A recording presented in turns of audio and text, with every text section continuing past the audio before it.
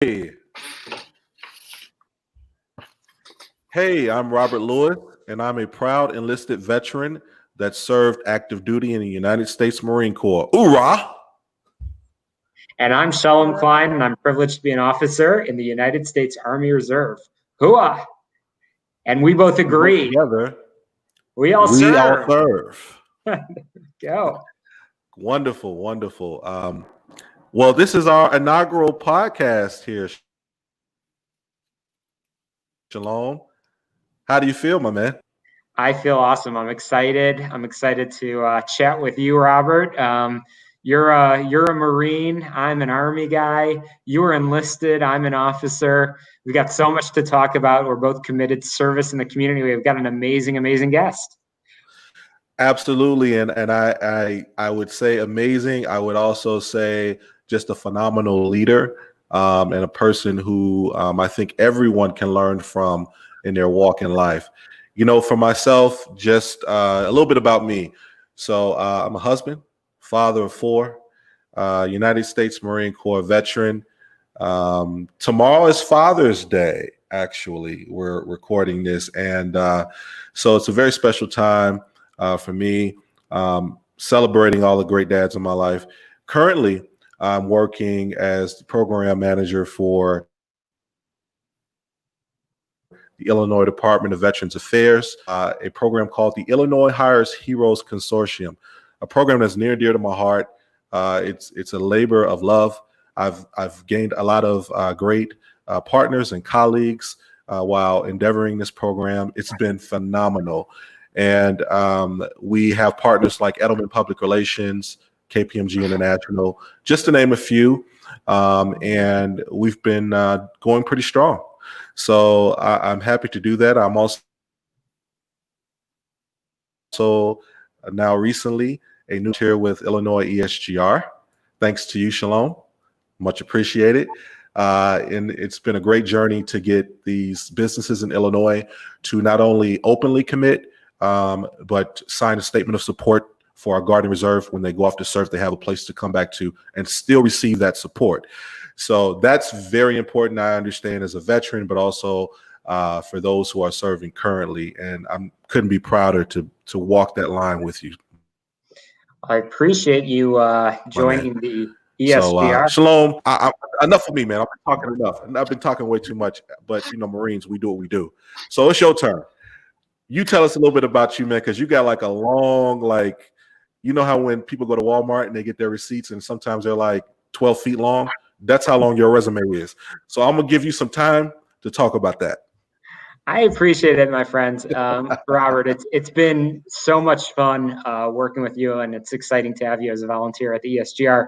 The funny thing is that I only recently stepped up in the world of ESGR, and it's so important in life to find the people that you can admire, respect, people that even from a distance, such as our guest, which we'll introduce in a moment. But I've been watching IDVA director Linda Chapa Lavia for a long time, and a little bit about me. I mean, I live in Skokie. I have a master's in nonprofit management. Originally, sort of set out in a journey in the world of business and entrepreneurship. And in 2014, I really had a moment as I stepped up at a pretty young age to get involved in lay leadership and volunteer roles with a number of community organizations. I discovered that is really what makes me tick, that I love to serve. After I finished my master's, I immediately started on my doctorate, which I'm just finishing up now in educational leadership, and slowly but surely developed a portfolio of organizations that I was either consulting for or volunteering with. And then as an old man in the world of military service, I went in to basic training at age 29, joined the Army Reserves, commissioned as an officer through OCS, Officer Candidate School at Fort Benning, Georgia, became a military police officer, and now I am privileged to serve as a platoon leader for 57 young men and women out in Arlington Heights. Incredible group of folks that serve. And after coming back, really stepped up to get involved in different veteran support organizations. And I had been doing my research, doing sort of a market study of who's out there and who do I need to get to know. Of course, came across IDVA, and of course, came across you, Robert, and got to know you. And in my networking fashion, I like to bring in everybody that I know into the things that I'm involved in. And I recently was appointed to be the director of employer outreach for the Illinois ESGR, which is an important role in this era of COVID, as we try to make sure that 2020 we do as much as possible in reaching out to businesses that are veteran and military friendly. And you've been a fantastic partner through your work at IHHC and ESGR. So we came with this idea, the inaugural podcast, We All Serve. And what better guest to start off with than the woman that leads the efforts here in the state of Illinois. And I'm excited for our upcoming episodes, and I'm excited to learn from you, Robert, and I'm excited to be involved in anything that you're involved in. And I know we're going to be on a great journey together, and I hope that those that are tuning in find this helpful. We'll be streaming this through YouTube, through social media, as well as on all major podcast platforms. And trust me, we'll get better, just like fine wine. It gets better with age. This will get better with age, I assure you. But Robert, that's basically about me, and I'm just excited to meet some fantastic people. I think that what you and I have been talking about, and I'm curious your thoughts on this, is service. Even though the three of us on the screen right now, we've all served in the military in some capacity. In order to serve, it doesn't necessarily mean military service. Would you agree?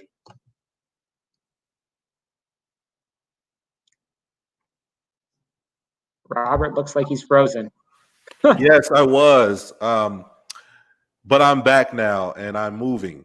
So you are moving. My question moving. to you, Robert, was what I was saying is that the three of us on the screen, we've all served in the military. Yes. In some capacity. You in the Marines, Linda and I in the Army. Yes. I'll say it again because I have that opportunity to do it. But you don't really need to serve in the military in order to serve. But there's so much to learn from those that have served. Would you agree? Oh, absolutely. It behooves us as just citizens to understand the folks that actually dedicate their life to service, those who pay the ultimate price, which is what Memorial Day is in place for us to have in our remembrance, those who served, went out, but unfortunately did not make it back to their loved ones. And then those of us who have served as well in any capacity, whether you're a military spouse or if you're the veteran yourself or if you're Guard and Reserve. There's so much to learn about that. There's so much about that personality, that person's sacrifice, that person's will to do whatever it takes for the country. And it really takes a special kind of individual to make that pledge. And so I think it's incumbent upon all of us to learn as much as we can about those who have served and those who are currently serving. Yeah. So I agree with you, man. Like when Memorial Day comes up, I always tell even my own family, yes, we're going to get the grill out. We're going to have barbecue. We're going to probably watch that parade that comes to the neighborhood. But please remember that this is about those who gave the ultimate sacrifice. They aren't able to have a barbecue. They aren't able to enjoy the parade and the pomp and circumstance. So we must always keep that in mind, and we must always pay the ultimate tribute by remembering. So I agree with you, my friend. This is the perfect platform for us to not only inform our listeners on a service of our veterans and our active duty, but also on continuing service like our wonderful guest today. There we go. Well, that's perfect segue. Absolutely. So you know what? I think you said she's great. I said she's wonderful. It's time to introduce her. So without further ado, listen, our guest today, everyone, is a giant in the world of Illinois politics. She's a veteran business owner. And if I'm not mistaken, I think she has 18 businesses. She is a groundbreaking pioneer for minority women as well. Linda Chapa Lavia is the daughter of hardworking cotton pickers from Texas. She grew up to attend Northern Illinois University and eventually enroll into the ROTC program. She will go on to graduate and become an officer in the United States Army. In 2002, he defeated Bob O'Connor to get elected as the first Hispanic to win a seat in the state legislature outside of Cook County. Mrs. Chapa Lavia served in the Illinois House of Representatives from 2003 until 2019, when she accepted the appointment by our current Commander-in-Chief of Illinois, Governor J.B. Pritzker, as the director of the Illinois Department of Veterans Affairs. She was also a one-time candidate for mayor of her Aurora, has an impeccable memory, guys, and walks into every single room with a warm greeting, and just her presence is one that you have to feel to understand. And with all of that, she has managed to successfully start and maintain her own family businesses, a marriage to her lovely husband, and her two beautiful daughters. Ladies and gentlemen, I give you Director of the Illinois Department of Veterans Affairs, Miss Linda Chapa Lavia. Thank you, Robert. Thank you, Shalom. That's you guys are making me not only blush, but I feel hurt inside, like I'm embarrassed because I'm just blessed and humble. I really am. The only success I have to my life is what my mom used to say: is that if you have nothing nice to say about somebody, don't say anything at all. And it's got me to here, you know. So Wow. no, I'm blessed. I always say I work for you. And I work for the 650,000 veterans in the state of Illinois, and I'm at your service. So interesting enough, I think I'm, just because the way I was raised, in my position, I don't see it as this is me. I'm at the top of the food chain. I think I rather flip it around saying I work for the janitor. I work for the dietitian in our homes. I work for the veterans on the street, the homeless. Every day is a blessing for me. No, Linda, absolutely. Thank you so much for joining us. And Linda, I think, starting with what you just shared regarding IDVA, I think everybody that's exposed to IDVA sort of associates with one piece of the work that you guys do, whether it's the veterans' homes. People think, oh, you're the IDVA director. That means that you're involved with those veterans' homes. To those that might need to get a DD 214, for those of you that have been serving and know what that is, they think, okay, I need to go into the IDVA office for this, for that. But there's so many different aspects of what the department does. Can you tell us a little bit of, sort of demystify IDVA for those that might be tuning in? Oh, wow. We can be, if our veterans contact us, something like a one-stop shop where we can connect services, whether is the widow who just lost her veteran spouse and now has to collect pension with us, or is now filing a claim, a veteran for Blue Water, connecting those that need housing, connecting those that need health care. Mental health right now is huge in our community. Homelessness. It's a connectivity, a web of family that surrounds our veterans and our service members. And, in the 17 years I served prior in the General Assembly, in my role now, what I see constant is that we as veterans will say, I don't need it as much as that veteran.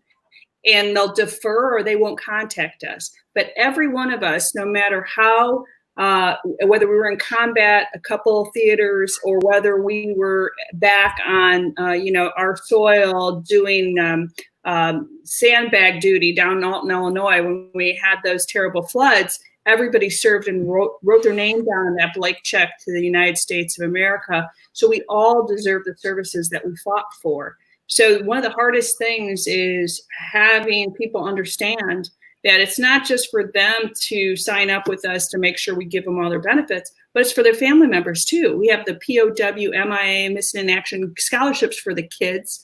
And you guys both have been so fortunate to utilize the dollars for scholarships and ongoing education. You guys can get 20 doctorates if you want, you know, I mean, that is an amazing stuff. We have property tax relief for our veteran in the state of Illinois. We have set-asides in different departments that I was able to, and humbly wrote legislation that our veterans and our disabled veterans were in the mix on the dollars that the state's been handing out. We have so much help for female veterans. Nicole Mandeville is one of our specialists there in our Chicago headquarters. But we're like a connectivity of, if you don't know where you can find something, call us and we're going to connect you where you need to go. And it's just beyond that. Our state is such a patriotic state. People love on our veterans. You know, recently, you know, with everything going on in our homes and the COVID issues and our veterans not having visitors, we've had to invent things like Operation Rising Spirits. And it's a program that we've reached out to the entire state or surrounding Anna, Quincy, Manteno, and LaSalle, and soon Chicago. I just visited Chicago's location. It is beautiful. I need a huge flag, though. If anybody knows anybody wants to donate, like a flag the size of a huge house, right there in the corner would be beautiful. Anyway, so we enlisted the help of the communities to send signs, videotapes, send notes, do calls in, and they have reacted like you've never seen before just because we've asked. You know, so we're also a community of going the extra mile. And I think both of you know this. If someone in your community that's a veteran called you and said, I can't find a ride somewhere, we're going to drop our whatever we're doing and go get them and take them where they want to go. But they need to ask us. And that's one of the hardest things for veterans to do, is ask for help, because they assume that society should already be knowing to do something. Well, you know, we have to take it upon ourselves to always, whenever we're out, no matter what, be the goodwill ambassadors for those veterans and have a smile on your face, shaking everybody's hand, or not anymore, elbow bumping them and saying, with our masks on and 6 feet away. But and saying, you know, are you a veteran? Do you know a veteran? Here's my card. How can I help? Because guess what? We all serve. You like that one? No, absolutely. Speaking of that. There you go. I'm marketing too. Remember, I have business. Yeah. Absolutely. And, you know, speaking of that, you know, Linda's well known to walk into any room, no matter who's there, before COVID-19, of course, and give a hug, you know, always have a positive word. Always asking selflessly how you and your family are doing. I mean, I don't think I've ever seen you a day where you didn't do that. And so that's so refreshing, by the way.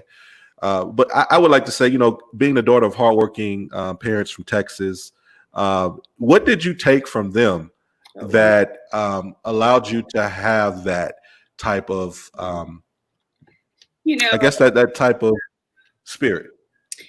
I was first in my in generations to ever go to college, and my parents didn't know anything about college, so it was really interesting to get a huge lesson I carry through to today of being humble.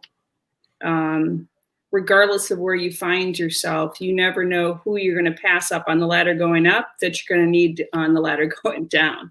So to always treat everybody with the utmost respect, and not a day that ever went by for my mom or dad did I ever see them complain. You know, and they had it pretty hard. I mean, my mom and dad both were cotton picking by the time they were 5 years old in the fields in Texas. And dad got kicked out of school in 5th grade because of the race issues in Texas between, you know, the Anglos and the Hispanics, and never complaining, just doing his job, getting out there and doing the best he can. And as everybody knows, everything's big in Texas. Like, they have big hats and they have big belts and they have big hearts.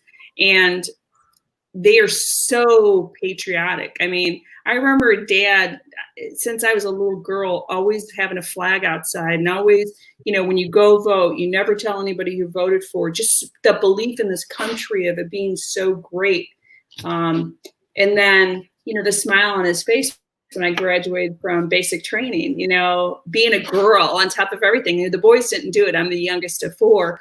And then, you know, the day that I was sworn in the General Assembly, my mom and dad were on the House floor with me. And I look over my dad, he's crying. And I'm like, Dad, you know, are you okay? He goes, who would ever thought a daughter of a cotton picker would be in the House of Representatives of Illinois? So probably one of the most important things, and I try to string through to my girls, is to be humble at all times. And that's probably to humble and to love people, because it's the two are lacking out in the world. And when you bring that into a room, it's a ripple effect of how it's going to affect other people. You know, so, you know, if I could gather anything of the upbringing, is just remaining humble, even in adversity. And believe me, in politics, there's a lot of adversity, and it doesn't matter if someone is saying something about you that's true or not. Perception is everything. So that's why, Robert, wherever I go and you see me, I am the goodwill ambassador for all veterans and for this administration. So I carry myself in a manner of making people feel loved, you know, and knowing that they're going to pass that along during the day is very, very important to me. Linda, can you tell us a little bit more about your... The cross, so genuinely. Absolutely.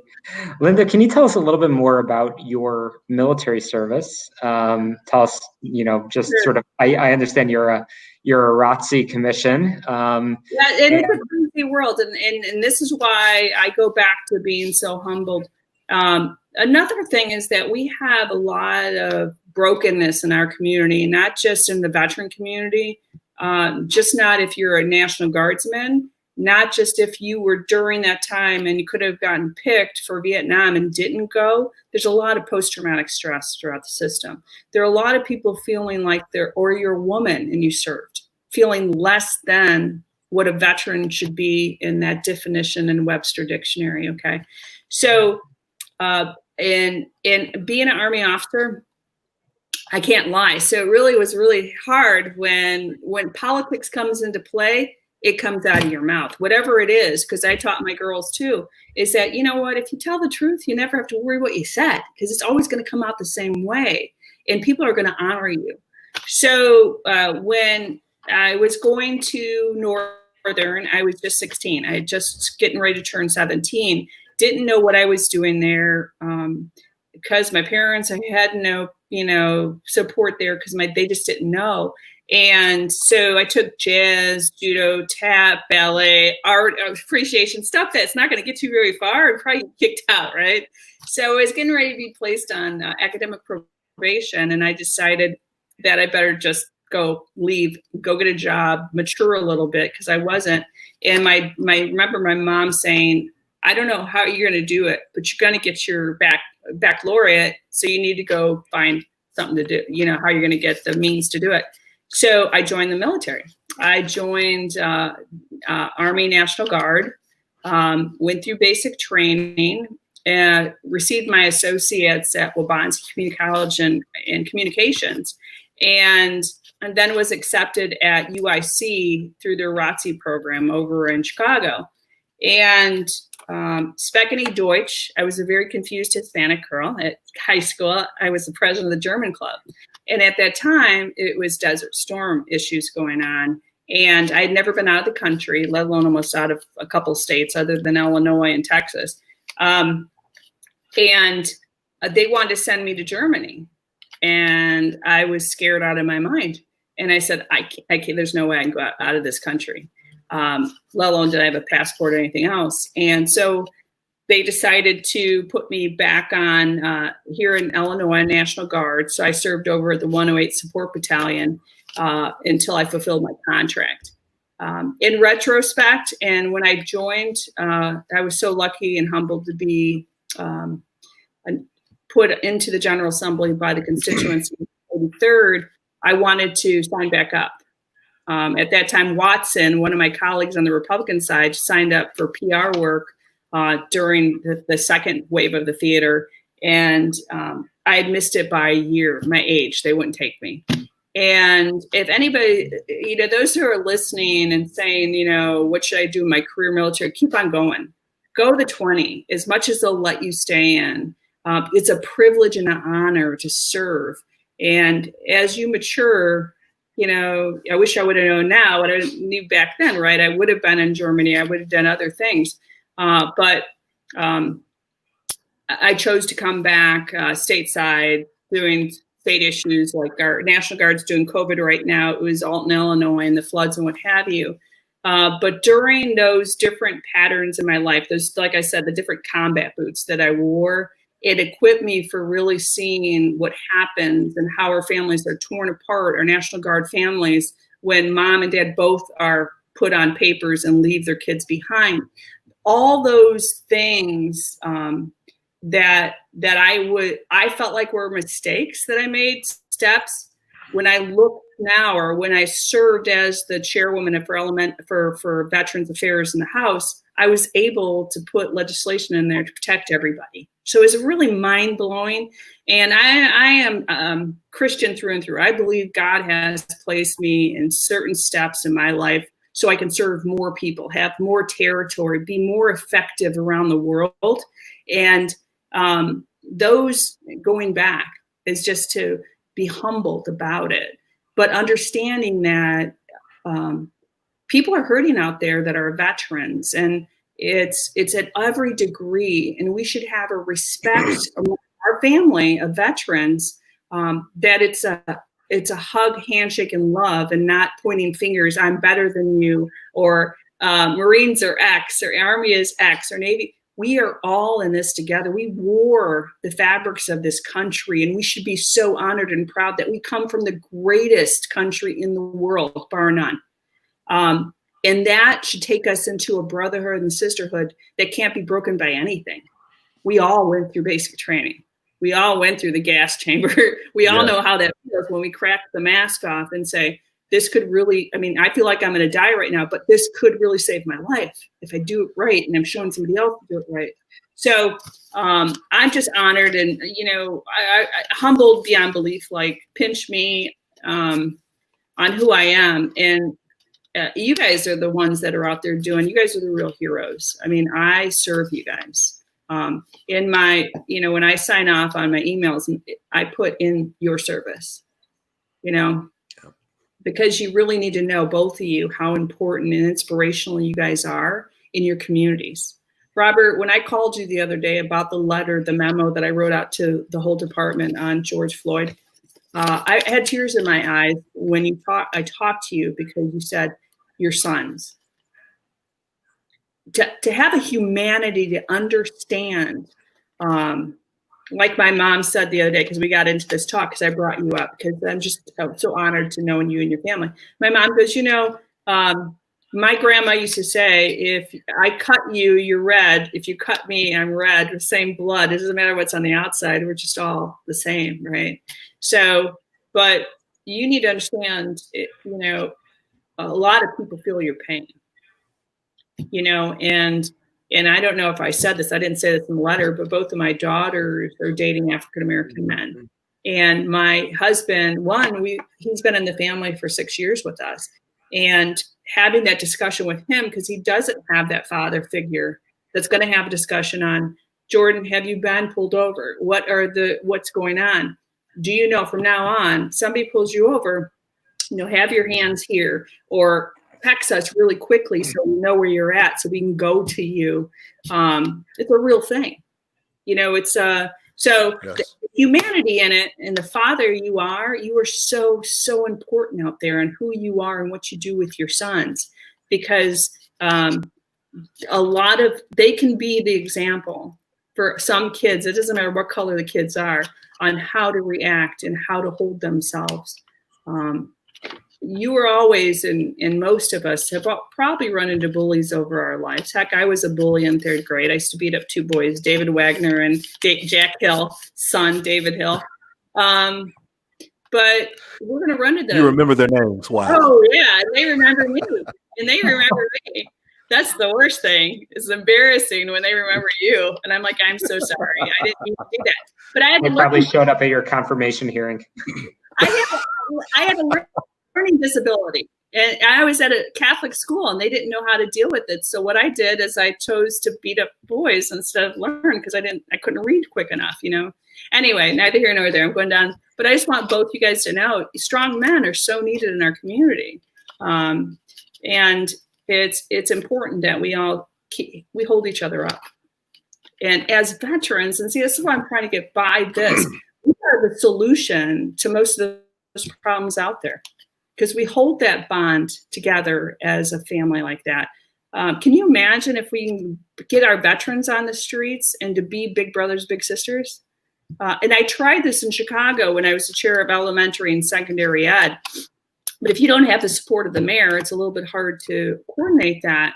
So I think that would be another great non-for-profit. And just so you know, Shalom, my husband and I have opened two nonprofits from our businesses. So I always thought there should be a master's in social entrepreneurship. And I tried to beg North Central College to do that. I said, you'd have people graduating all over the world if you showed them. Because like in small business, Robert, you know, Small Business Administration has help for those who put tax dollars into the system, but they don't have something structured to help the nonprofits succeed. And if they did, a lot of the money we spend on state government would be fulfilled in that world, and we could put that money back into other things that state government's supposed to be doing: education, veterans issues, you know, healthcare, maintaining our state so we're in the black. But so I always thought that would be an excellent program. So, you know. We'll have plenty to talk about, Linda. We'll have plenty to talk about. Yeah. To do. I love it when businesses give back in the community. And Absolutely. You know, Linda, and thank you for your service in all capacities. Wow. Well, the more people I can. I was going to say, the more people I can get out there, because listen, just to be in the face of a veteran starting a nonprofit, a veteran being a business owner, a veteran being clergy, there's just a sparkle. There's just a shine that goes around you that once people know, you become contagious and people want to grab onto you. They want to learn from you. They want to see what you're up to because they see the respect, the way you dress, your speech, how professional you are, your integrity, your dedication. And I always say, not saying it in a bad way, but the best employee you can have is a veteran. Tell them to get up at 4 a.m, do calisthenics. They'll be right out there and ready to go. Tell me how to do it the first time, and I will do it the second time perfectly. So, you know, we're a great state, but we're a great nation because we really do turn civilians into soldiers, sailors, Navy people, Marines, and they come out being phenomenal citizens. Absolutely. And you know what? As everyone I'm sure can hear just how phenomenal you are. We're honored and we're blessed to have you as our first guest. And you know, as a person who not only served in your military capacity, but now director of IDVA, entrepreneur, Linda. And you know, I think one of the questions that might be out there is, with all that you've done in your career, what was the biggest motivator for you to come and serve in a capacity as director for IDVA? Wow, it's a really interesting question. And there was one other gentleman that was in the running with me. And at that time, I had just been elected by the Latino caucus as a minority in leadership. So I was the first female veteran ever in leadership with the speaker and first Latina. And I was actually up in the well. And the governor had called me a week or two before saying, you know, Linda, we decided to go with this other guy. I'm like, great, fantastic, governor, whatever I can do to help you. I even took him out for a chicken dinner that evening with one of the younger Latino caucus members that I was mentoring. And the governor said, can you do dinner? I said, sure. But I need to take this young kid because I'm trying to mentor him. Is that a problem? He goes, no, bring him with. So I took him to a place there in Springfield. We had a great discussion. I said, whatever I could do for support, sir, you have everything. I'll be 100% behind you. So I was already on that realm of, moving into leadership. Who knows, maybe one day in a long, long time, be a speaker of the house. I don't know. Whatever God was lending me, because I try to look at things. I try to turn things upside down when it seems like it's a sad thing, and turn it upside down when God has something other for me. Like the mayor of Aurora, I lost. God has something more for me. A lot of people were sad for a long time. I just got to get off it and move on, because why stay in the past? You can't change it. So I was moving on, had my office set up in the Capitol. It was beautiful. And then, we're learning how to be speakers. So they're training us in the well on how to conduct the house. So there's 3 or 4 of us learning that day. And then someone had to step up to the plate, and I'm waiting for everybody else. And they're like, no, you have the seniority on us. You should be the next one. I'm like, okay, no problem. So I get up there. And I just had this aha moment when I'm up there of the power the speaker has to conduct the whole floor. And during that, my colleagues on the Democratic side were getting up, talking, and everybody was quiet when they got up. And a point of personal privilege is when a member has the ability to say, it's my dad's birthday, or we have a guest here, to get the applause and acknowledgement for the rest of their colleagues. And then the Republicans were doing, starting to do their point of personal privilege, and everybody started getting really loud. And I threw down the gavel a couple times and said, you will give the same respect to your Republican colleagues as they gave to you.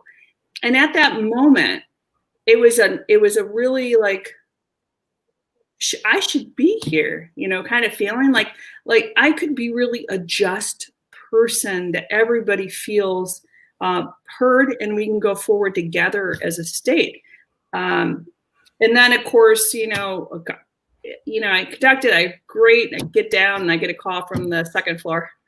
Linda, yes, sir, Governor. Yeah, can you come see me? I want to talk to you. And then, so I sat there with his chief of staff, and he goes, we decided to go a different route, and I'd like to have you as Secretary of the Veterans Affairs.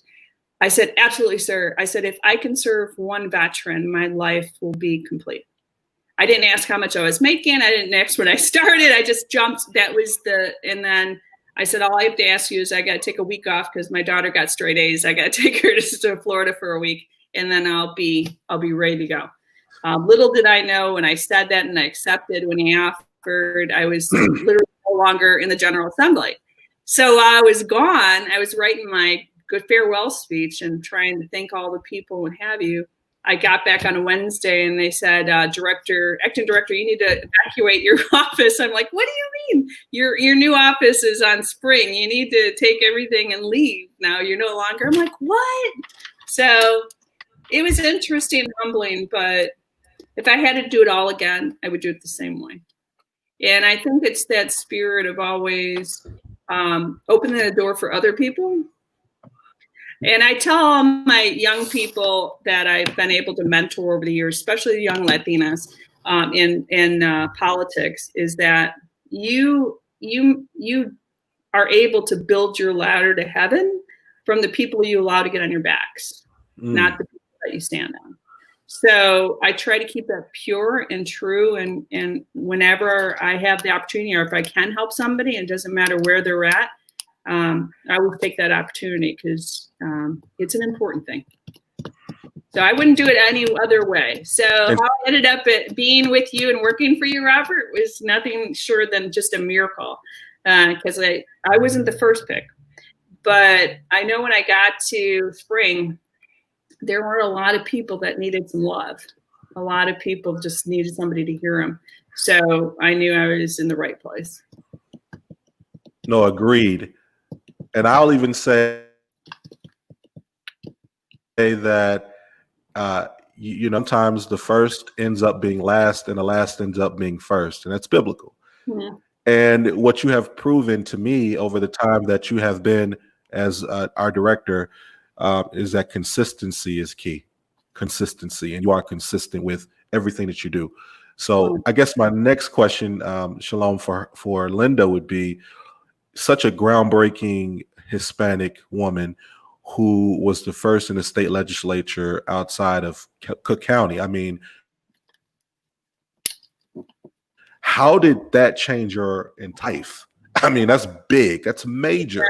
It's crazy, you know. And not only that, I was the first in Kane County. I was the first Democrat elected in a single member seat in something like 25 years. So every door I walked into as a state rep for a long time, at least 5 years in Kane County, I was the only minority. And I meant only minority. There were no African American either. And that was a big push for me too, is to get more representation of diversity across the state. And always the only Democrat. So everybody would look at me and stare at me when everything was going bad. All the Republicans passed. I was like, well, ask her. You know, it's like, okay, well, I'll be honest. So it was hard. It was really hard. But what I realized is because I only saw me in the crowd, it gave me opportunity to start mentoring other young minority kids. And so from the get-go, I started doing internships for kids in the community to come work in my office. And the youngest was a 13-year-old African-American kid from Oswego, because he's the one that picked me. His parents didn't pick me. He picked me. So I was able then to start building our farm team of kids that we could really give them the ability to walk into a room and people say, that's a sharp person. He knows what he's talking about. Or she knows what he's talking about. Why don't we run them for office? Because it wasn't as easy as living in Skokie, you know, and Lou Lang being an amazing, amazing help in the community and just holding everybody on his shoulders, right? I was the first of doing that out here. And then what you saw is more women being elected. And then, so it's kind of like my mom. I mean, because my parents are so humble, my mom actually was the very first female real estate Latina firm. So she was the first female ever to do real estate and the first Hispanic female.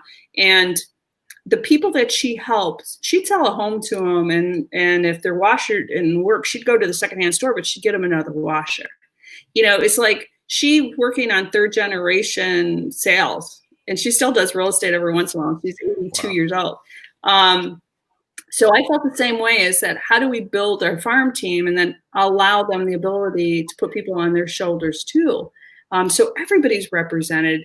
You know, I wanted equity, not equality, because we'll never be really equal, but equity across the board where everybody has the opportunity to see themselves in a seat of power and understand how to utilize that power for the better of everybody and not a selfish power grab, and making sure they always remember where they came from is so important, right? So that has been one of the joys of my life, is when I look back and somebody comes to me and says, you might not remember, but you told me X, Y, and Z when I was in third grade. I just want you to know I now have my doctorate degree, or because it's been a while now. Wow. Yeah, the first Hispanic dentist in Aurora received one of our scholarships. You know, it was because I was in that place. It wasn't because of me. It's because people around me that worked with me found the good in the community where they were never able to give stuff into the community. They were able to give stuff. So we gave out something like 100 1/4 scholarships or half a year scholarships to all the universities, because we used to have those scholarships. Those kids would have never had the opportunity to go to college. And a lot of them will say that. So when people stop and say certain things like that, they're blessings. They don't realize it's more of a blessing for me to help than me to get it back. But as I get older, when they say stuff like that, I'm like, thank you. You know, thank you for allowing me to do that. Because that was, you know, I should have never been where I'm at. And I laugh because, so I got held back in third grade because I couldn't read. By 8th grade at Simmons, I was told I was stupid to stay home because my grades weren't that great. I wanted to go to college, and they said, you're not smart enough. I graduated early, almost kicked out at Northern because I couldn't, went to Abanzi, you know, got into the military, graduated ROTC. My first piece of legislation was written with two governors, one president of the United States. Barack was the one that handled my first ever piece of legislation in the Senate. So I have a picture of Barack and then Pat Quinn and then Blagojevich. So I laugh because I'm like, who am I?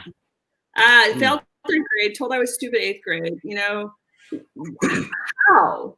But you know what's cool about that story is that I display that story with a lot of kids across the state of, if I can do it, there's nothing stopping you. You know, you got to be around people that are positive and believe in you, and you can find those people. And if you can't find those people, call me, because I'll make sure I'll call you and tell you how important and special you are. So I've been really blessed, and I don't think a lot of people could say it, but if I was chosen to meet my maker tomorrow, I got nothing left behind. You know, I've done what I need to do. I don't regret anything I've ever said or done. I've loved who I love, and I keep on loving those people.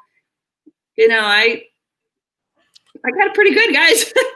You know, and that's pretty awesome. Not to mention a phenomenal husband. I mean, my husband, bar none. You know, a female in politics is a hard thing, really hard thing, especially when you have 2 kids. My girls were 2.5 and almost 5 when I first started in politics. And because we had our own businesses, my husband was able to cater his hours around the girls. But truly, truly blessed. And that's why, you know, you guys are the real heroes. I'm just here to serve you. And thank you for allowing me to be on your first ever. I mean, it's extremely humbling. I'm very proud to be. Well, Linda, we're going to keep the conversation going in coming weeks and continue to learn. And there's really nobody that's better to kick off this conversation than you. I can't believe we've been talking for so long. And I just have one final question for you.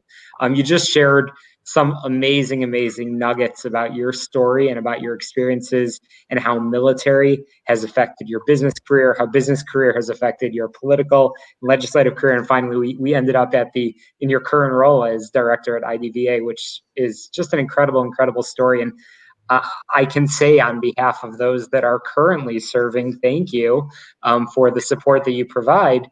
And Linda, it sounds like your story is continuing, and you seem like a woman with a plan. So what's your dream in the coming years? How do you plan to continue to serve beyond your current service as IDVA director? What are some of the additional things that you hope to accomplish in the next 10, 20 years? Oh gosh, I'm 53. I'm not that young anymore, so I don't know. I don't know. I will just have to wait and find out. Usually things pull me one way or the other. You know, I'd love to see, you know, us do more, especially with homelessness and veterans and tiny homes. But I'd love to more see neighborhoods that are gated, that our veterans can live in with them and their families. I'd like to go a little bit further down that rabbit hole, if you will. So I think it's one of them, and it's a strong word of being despicable, but it is despicable that we have homeless veterans. And I know some of the veterans are mentally unhealthy, so they won't go with us into a home. They'd rather. So then let's find out, how do we serve them on the streets then? How do we get them the right things? The reason I asked that question is because it seems that you are committed to lifelong service. Yeah. Yes. Yeah, God has me that way. It's all good. It's all good. Because the 2 non-for-profits we opened, one was Midwest Shelter for Homeless. Well, I helped with the homeless veterans, Midwest homeless veterans in Wheaton, but we opened up one. It's called Carpenter's Place. So we help those that are homeless or near homeless. And then what we found, a large portion of those were veterans and children. And then from that, what we found out, the women that were single with children were usually under a certain age. And we opened up a maternity home, Fox Valley, for girls from 12 to 17 to help them either have the baby, choose to have the baby. I give the baby up for adoption, but have a place they can feel safe, you know, instead of going under bridges and stuff like that. But what I found in all that is that we had way too many veterans that were homeless, and they had services. There's no reason why one veteran should be homeless because of all the benefits we have for them. So then that just goes into the play of mental illness. So we have some great programs in Chicago, especially Road Home with Rush, that will take our veterans that have mental health issues that might lead them to be homeless. But that's one area that I think that I'd like to focus on in the future is, Safe Haven, a Safe Haven. Nellie V does a great job in Chicago. I love her to death. Her and her husband I've known for a long time. And she's doing a great job. She's rocking it. But there's this one equation of the homeless veteran that won't allow us to pick him up off the sidewalk. How do we make sure that he's served properly?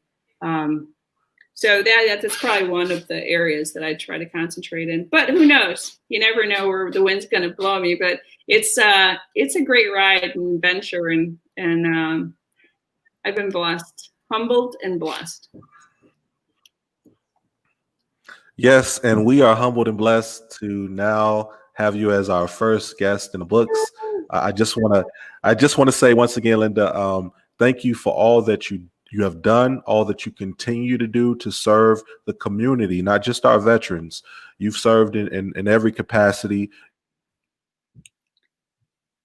You're an entrepreneur. You're and all that, a phenomenal wife and mother. So we applaud you for everything you've done, and we thank you.